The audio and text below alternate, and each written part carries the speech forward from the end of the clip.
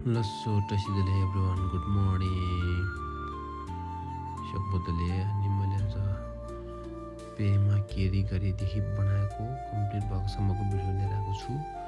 पेमा यसरी टक्क 3 लाइन तान्ने, त्यसपछि बराबर साइज आउँछ केरी गर्ने तरिका त्यसरी हो। अनि त्यसपछि आएर पेज उन्केलाई पहिले सुरुमा, अनि त्यसपछि पेजको पेमा तास्ने सुरु, अनि तासिसकेर एकछिनमा फेरि सँगसँगै मसलाले यसरी टक्क थाप्दै जाने। अनि त्यसपछि फेरि 2-3 चिया खोलेपछि त पेमा तयार भइहाल्छ।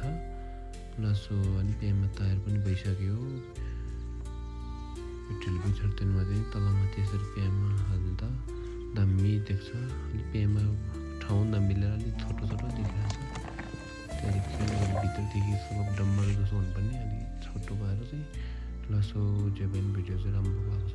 पेमा